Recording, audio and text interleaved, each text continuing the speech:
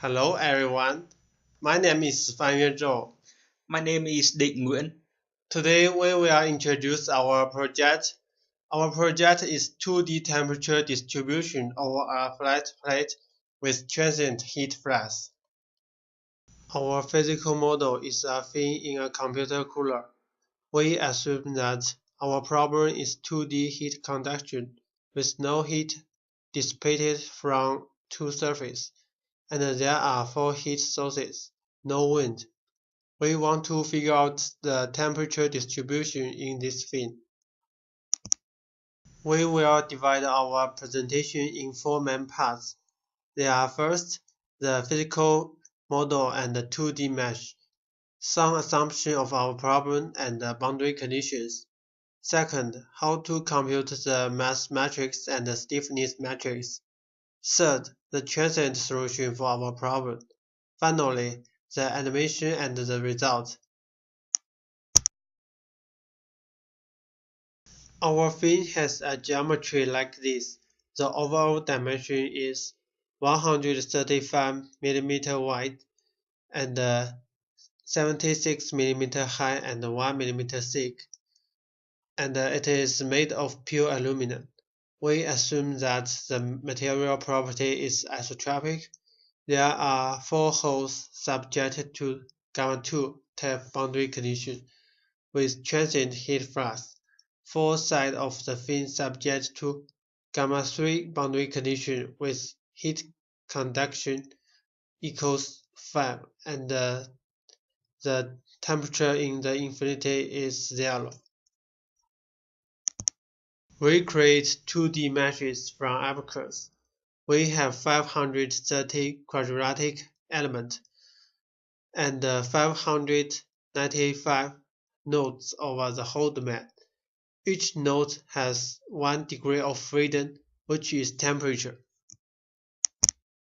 Then we need to build mass matrix and the stiffness matrix.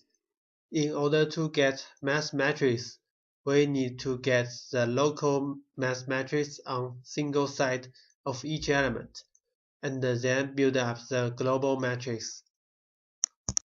For stiffness matrix, first we get stiffness matrix of single element using 2x2 Gauss integration. Then we get stiffness matrix on the gamma-3 boundary. Finally, we build up the global stiffness matrix. We use explicit method, and the equation for this transient problem is like this.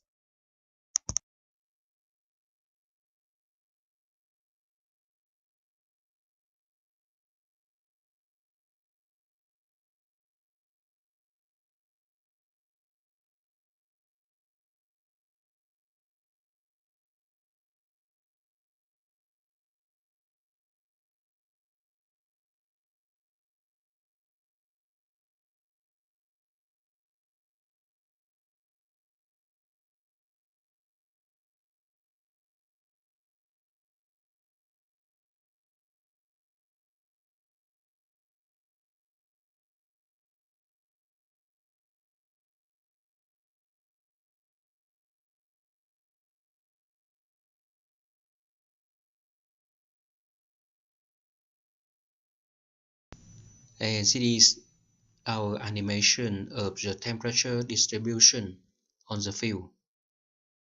The XY plane is a coordinate of a fin, and Z direction is a corresponding temperature. And steady state is about 200 degrees Celsius.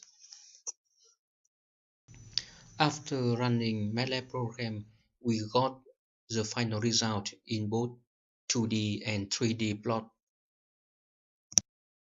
And this is a 3D temperature distribution in the final result. Here is our conclusion. Thank you for your attention. That's right.